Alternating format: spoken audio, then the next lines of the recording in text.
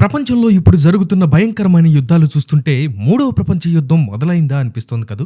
కానీ మీకు తెలుసా, ఈ రోజుల్లో వార్తల్లో మనం చూస్తున్న విషయాలన్నీ వేల సంవత్సరాల క్రితమే బైబిల్లో చాలా క్లియర్గా చెప్పబడ్డాయి. ఆకాశం నుండి కురిసే ఆమ్ల వర్షాలు, ప్రపంచ కుబేరులు అండర్ గ్రౌండ్ బంకర్లో దాక్కోవడం, అమెరికా పవర్ పడిపోవడం, ఇవన్నీ బైబిల్ ప్రవచనాల నెరవేర్పులేనా?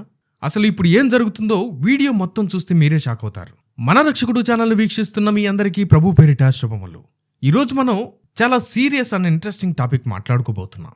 గత కొంతకాలంగా మనం మూడో ప్రపంచ యుద్ధం వస్తుందేమో అని ఎన్నోసార్లు అనుకున్నాం. కానీ ఇప్పుడు పరిస్థితులు చూస్తుంటే బైబిల్లోని యెహెజ్కేలు గ్రంథము 38, 39 అధ్యాయాల్లో చెప్పిన యుద్ధ వాతావరణం అచ్చం మన కళ్ల ముందే కనిపిస్తోంది. ప్రస్తుత గ్లోబల్ పరిస్థితులు బైబిల్ ప్రవచనాలకు ఎంత దగ్గరగా ఉన్నాయో ఇప్పుడు డీటెయిల్గా చూద్దాం. ఎక్కడా స్కిప్ చేయకుండా చివరి వరకు ఈ వీడియోను చూడండి. ఏ డీటెయిల్ని మిస్ అవ్వకండి. అసలైన పాయింట్కి వద్దాం. రాబోతున్న అతిపెద్ద సంక్షోభం ఇంధన సంక్షోభం, ఎనర్జీ క్రైసిస్. బహుశా మీరు అనుకోవచ్చు, ఎక్కడో మిడిల్ ఈస్ట్లో యుద్ధం జరుగుతుంటే మనకేంటి నష్టం అని. పెట్రోల్ రేటు మహా అయితే ఒక 10 రూపాయలు పెరుగుతుందేమో అనుకోవచ్చు. కానీ ఇక్కడ జరుగుతుంది అది కాదు. జాగ్రత్తగా వినండి. ఈ యుద్ధం వల్ల అత్యంత ప్రమాదకరమైన పరిస్థితిలో ఉన్నది స్ట్రెయిట్ ఆఫ్ హర్మూజ్. ఇది ఓమన్ మరియు ఇరాన్ దేశాల మధ్య ఉన్న ఒక చిన్న సముద్ర మార్గం.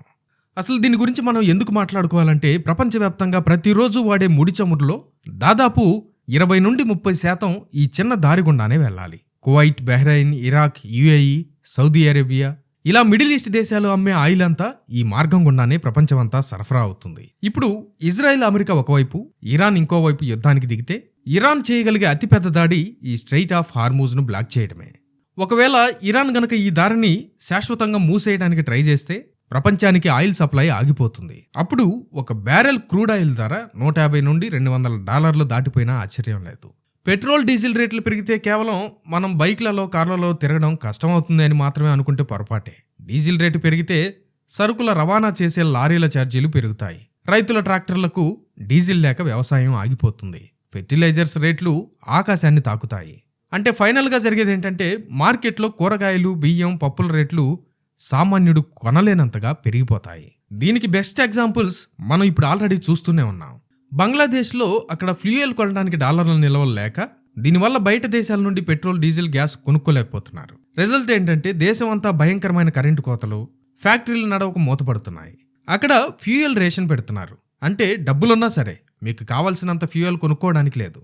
గవర్నమెంట్ ఎంత ఇస్తే అంతే వాడాలి. ఇక వియత్నాం లాంటి దేశాల్లో ఎనర్జీ క్రైసిస్ వల్ల లాక్డౌన్ లాంటి పరిస్థితులు వచ్చాయి. కరోనా టైంలో వచ్చిన లాక్డౌన్ వేరు, ఈ ఎనర్జీ లాక్డౌన్ వేరు. పవర్ లేక, ఇంధనం లేక యాపిల్, శాంసంగ్ లాంటి పెద్ద పెద్ద మొబైల్ కంపెనీలకు విడిభాగాలు తయారు చేసే ఫ్యాక్టరీలు కూడా పనులు ఆపేశాయి. ఇలాంటి పరిస్థితులు రాబోయే రోజుల్లో ప్రతి దేశానికి రాబోతున్నాయి. సప్లై చైన్ మొత్తం కుప్పకూలిపోతుంది. ఇదంతా చూస్తుంటే మీకు బైబిల్లో చెప్పబడిన ఒక పవర్ఫుల్ ప్రవచనం గుర్తు రావాలి.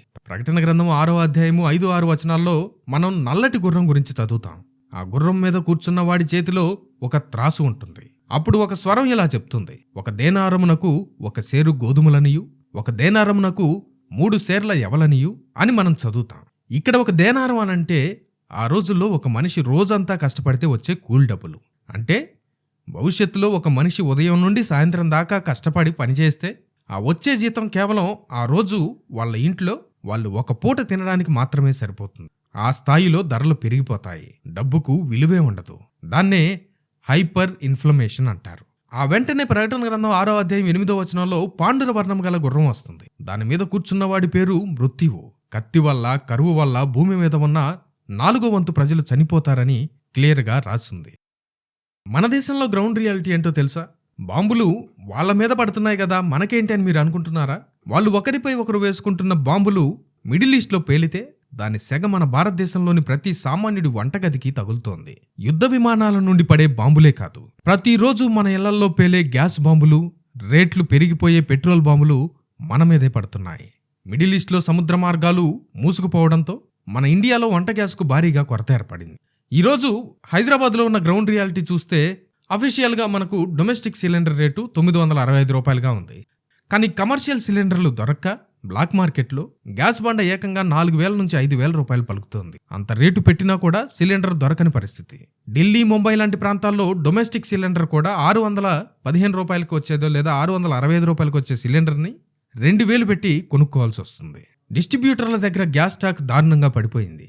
ఒక వెహికల్కి కేవలం 50 నుంచి 100 సిలిండర్లు మాత్రమే వస్తుండడంతో జనాలు రోజుల తరబడి క్యూ లైన్లో పడిగాపులు కాస్తున్నారు. కమర్షియల్ గ్యాస్ దొరకకపోవడంతో హైదరాబాద్లోని పీజీలు, హాస్టల్స్ నడిపే వాళ్ళు చేతులెత్తేస్తున్నారు. గ్యాస్ లేక స్టూడెంట్స్కి, బ్యాచిలర్స్కి రోజుకు కేవలం ఒక్క పూట మాత్రమే ఫుడ్ పెడుతున్న పరిస్థితులు వచ్చేశాయి.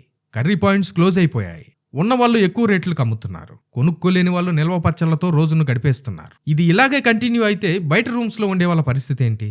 చిన్న చిన్న 5 కేజీల సిలిండర్లు పెట్టుకుని బ్రతికే పేద ప్రజల పరిస్థితి ఏంటి? తినడానికి తిండి లేక పస్తులుండాల్సిన పరిస్థితి వస్తోంది. కరువు పెరుగుతోంది. గ్యాస్ కొరతతో హైదరాబాద్లోని హోటళ్లు మూతపడే పరిస్థితికొచ్చాయి.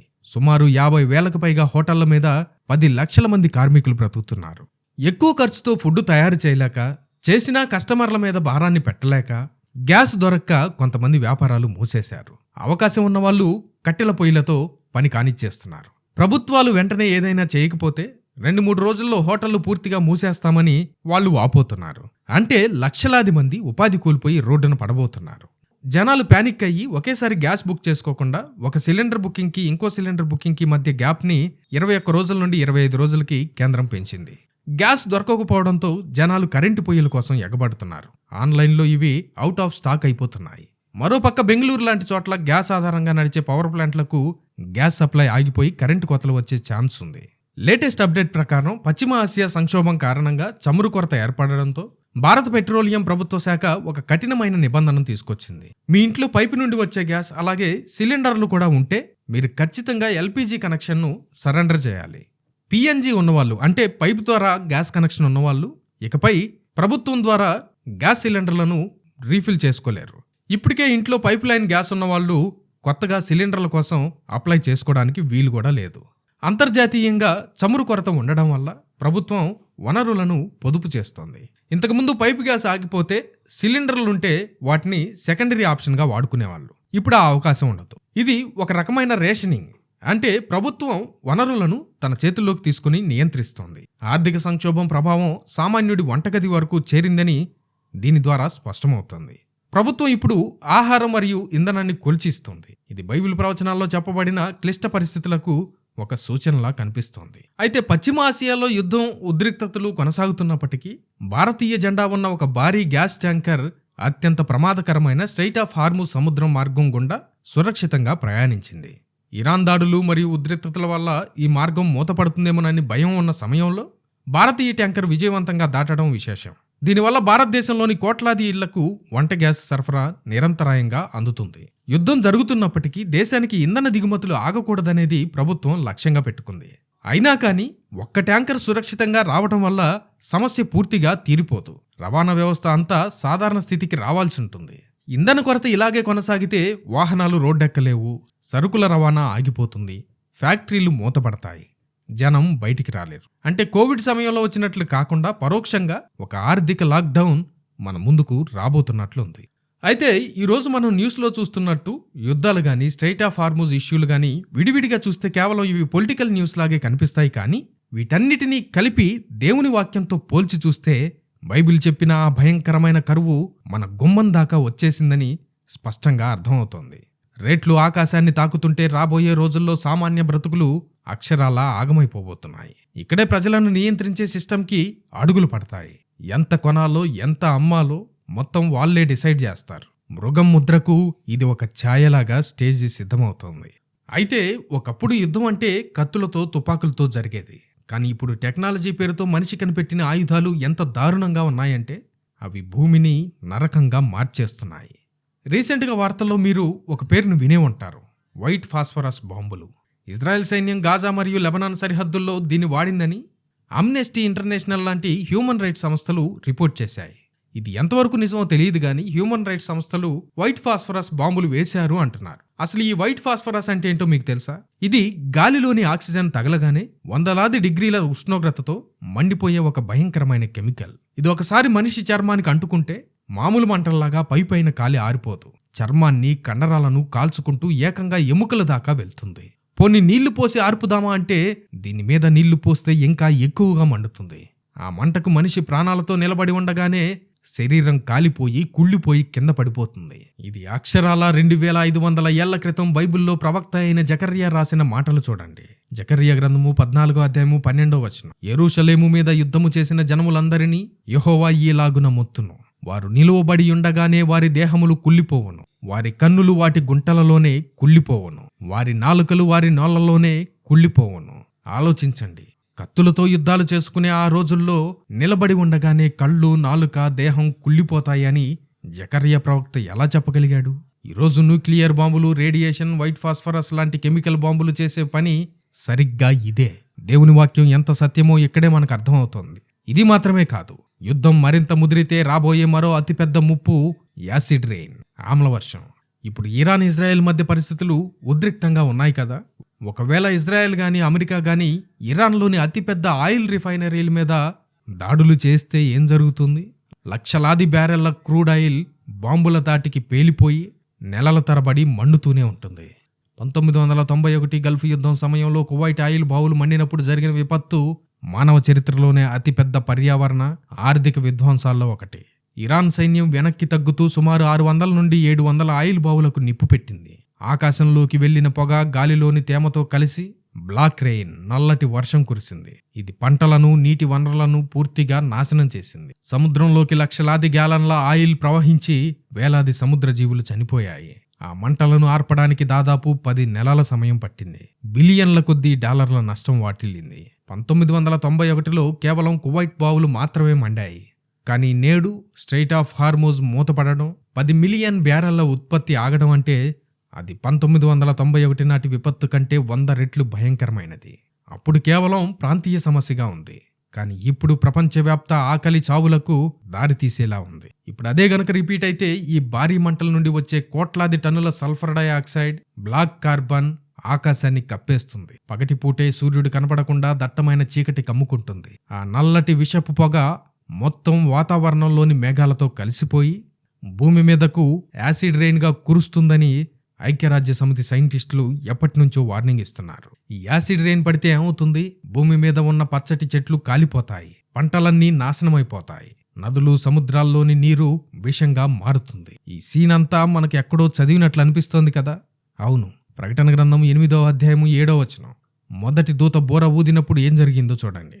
మొదటి దూత బోర ఊదినప్పుడు రక్తముతో మిళితమైన వడగండ్లను అగ్నియు పుట్టి భూమి మీద పడవేయబడెను. అందువలన భూమిలో 3వ భాగము కాలిపోయెను, చెట్లలో 3వ భాగము కాలిపోయెను, పచ్చగడ్డి అంతయు కాలిపోయెను. నిన్నటి వరకు మనం ఇదంతా కేవలం ఒక ప్రవచనంగానే చదువుకున్నాం. పైనుండి అగ్ని అలా పడుతుందబ్బా అని ఆలోచించాం. కానీ ఈ రోజు మిడిల్ ఈస్ట్లో ఉన్న లక్షలాది ఆయిల్ బావులు మండితే రాబోయే వినాశనం సరిగ్గా ఇదే అని నేటి జియోపాలిటిక్స్, సైన్స్ ఖచ్చితంగా చెప్తున్నాయి. అంటే సైన్స్ అండ్ నేటి యుద్ధ రాజకీయాలు రెండూ కలిసి బైబిల్ ప్రవచనాలకు అక్షరాల ప్రాణం పోస్తున్నాయన్నమాట. ఇదంతా చూస్తుంటే బైబిల్ చెప్పిన ఆ భయంకరమైన దినాలు మన కళ్ళ ముందే ఉన్నాయని స్పష్టంగా అర్థమవుతోంది. ఇప్పుడు రోజు రోజుకి మారుతున్న యుద్ధ సమీకరణాలను చూస్తుంటే 3వ ప్రపంచ యుద్ధానికి స్టేజ్ పూర్తిగా రెడీ అయిపోయినట్లే కనిపిస్తోంది. ఒకప్పుడు ఏ దేశం దారి దానిదే అన్నట్టుండేది.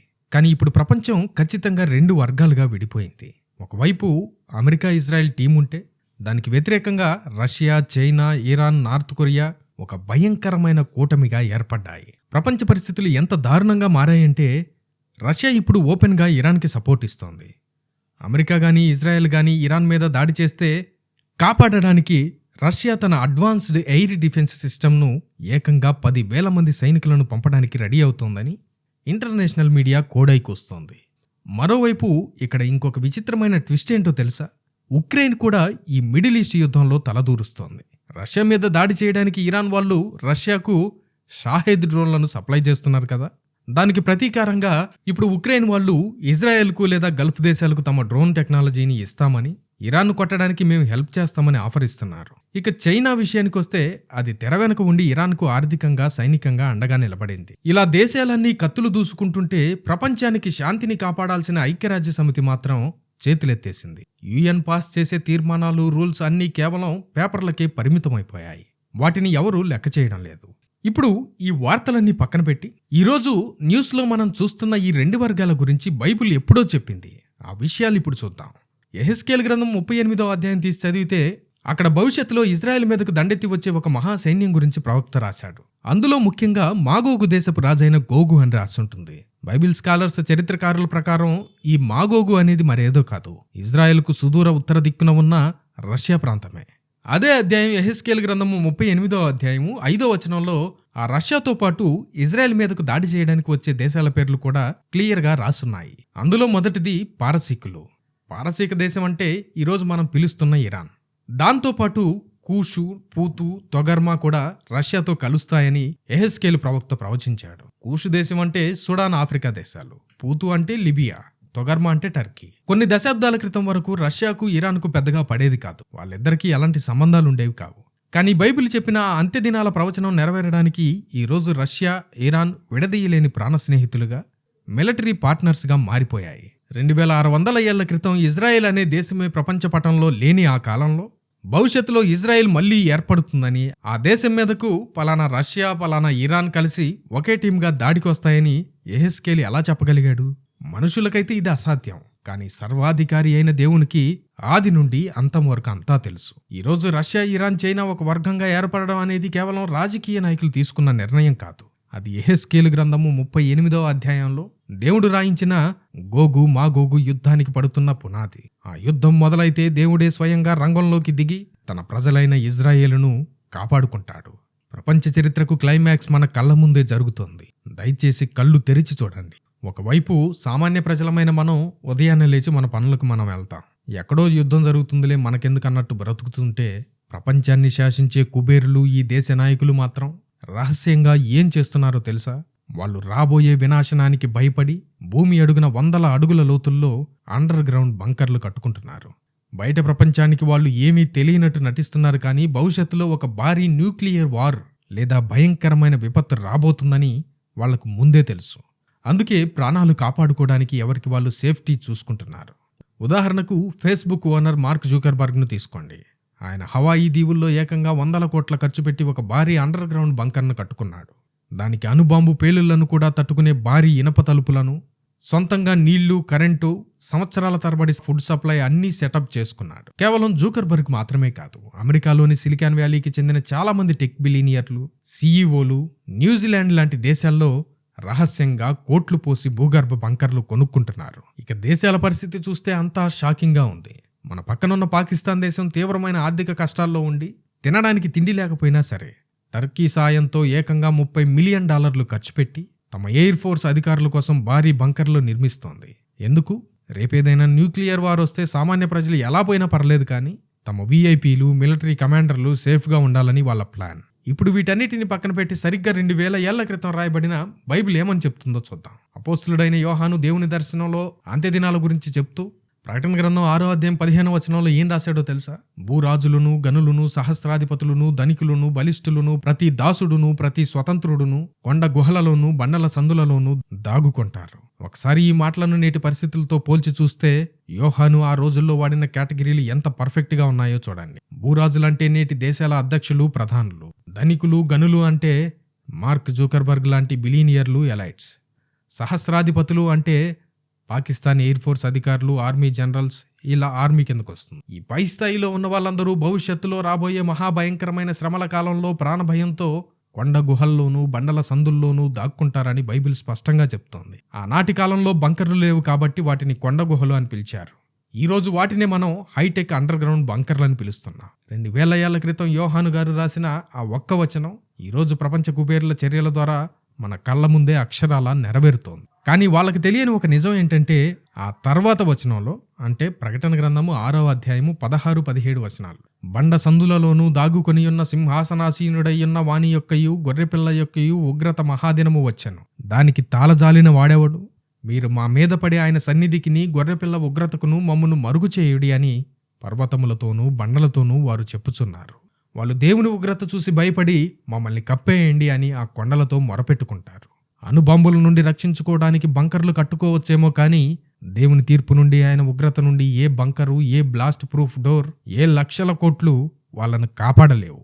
దేవుని ముందు మనిషి టెక్నాలజీ, డబ్బు ఎంత అల్పమైనదో రాబోయే రోజుల్లో ఈ లోకం చూడబోతోంది. ఫైనల్ గా మనం అర్థం చేసుకోవాల్సిన అతి ముఖ్యమైన విషయం ఒకటి ఉంది. ఇప్పటి వరకు మనం చూసిన ఈ భయంకరమైన యుద్ధాలు, కరువులు, ఆకాశం నుండి పడే అగ్ని వర్షాలు, కుబేరులు బంకర్లు ఇవన్నీ మిమ్మల్ని భయపెట్టడానికో ప్యానిక్ చేయడానికో చెప్పినవి కావు. బైబిల్లో దేవుడు 2000 ఏళ్ల క్రితమే, ఇంకా చెప్పాలంటే పాత నిబంధన ప్రవక్తల ద్వారా 2500 సంవత్సరాల క్రితమే చెప్పిన ప్రతి మాట ఈరోజు అక్షరాల ఎలా నెరవేరుతుందో, దేవుని వాక్యం ఎంత సత్యమో మీ కళ్లకు కట్టినట్లు చూపించడానికి ఈ వీడియో చేశాను. ఈ జియోపాలిటిక్స్, ఈ రాజకీయ నాయకుల పంతాలు, అగ్రరాజ్యాల ఆధిపత్య పోరు, వీటన్నిటి మధ్య నలిగిపోయి ప్రాణాలు కోల్పోతున్నది మాత్రం ఏ పాపము ఎరుగని సామాన్య ప్రజలే. Israel, Lebanon, Iran, Ukraine, Russia, ఇలా దేశం ఏదైనా సరే అక్కడ రక్తం చిందిస్తున్నది, కన్నీరు పెడుతున్నది సామాన్యులే, చిన్నపిల్లలే. ఒక క్రైస్తవుడిగా, ఒక మనిషిగా ఆ యుద్ధ భూమిలో దిక్కుతోచని స్థితిలో ఉన్న ఆ కుటుంబాల కోసం, అనాథలైన పిల్లల కోసం మనం రోజు కన్నీటితో ప్రార్థన చేయాలి. దేవుని కనికరం వారి మీద ఉండాలని వేడుకోవాలి. ఇలాంటి భయంకరమైన వార్తలు చూసినప్పుడు లోకానికి భయం వేయొచ్చు. కానీ దేవుణ్ణి నమ్ముకున్న మనకు ఒక గొప్ప నిరీక్షణ ఉంది. లోకాసువార్త 21వ అధ్యాయము 28వ వచనం. ఇవి జరగనారంభించినప్పుడు మీరు ధైర్యము తెచ్చుకొని మీ తలలు పైకెత్తుకొనడి, మీ విడుదల సమీపించి ఉన్నదని వారితో చెప్పాను. అవును, ఈ లోకంలో శ్రమలు రావడం అనేది మన ప్రభువు రాకడకు ఒక స్పష్టమైన సూచన.